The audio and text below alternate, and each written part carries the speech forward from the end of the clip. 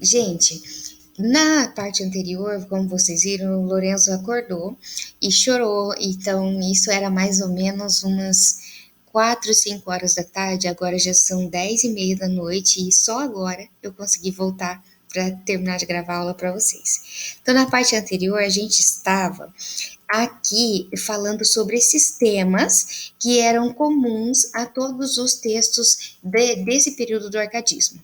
Então, eram temas como fuga e urbe, né? Que era essa ideia de fugir da cidade, buscar um lugar tranquilo no campo.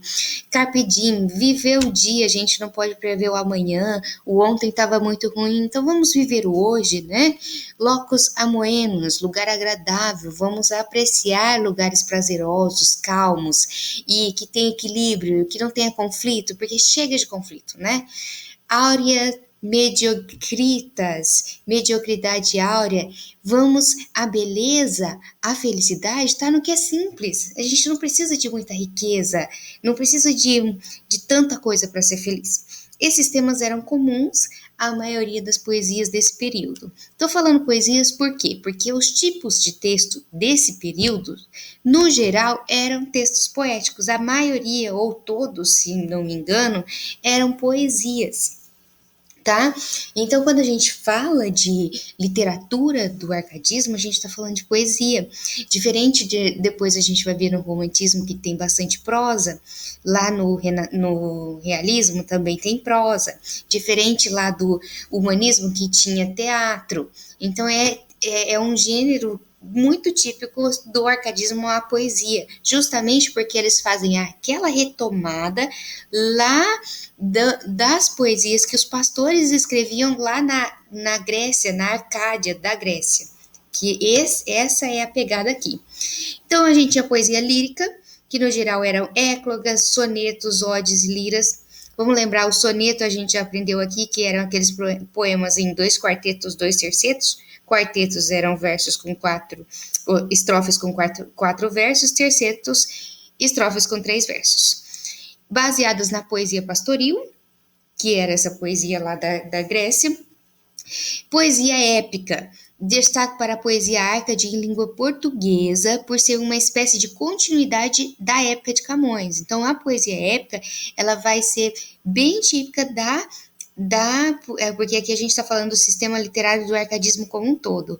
A poesia épica é bem típica da literatura portuguesa. Por quê? Porque ela vai seguir os mesmos padrões lá de Os Lusíadas, por exemplo, de Camões, né?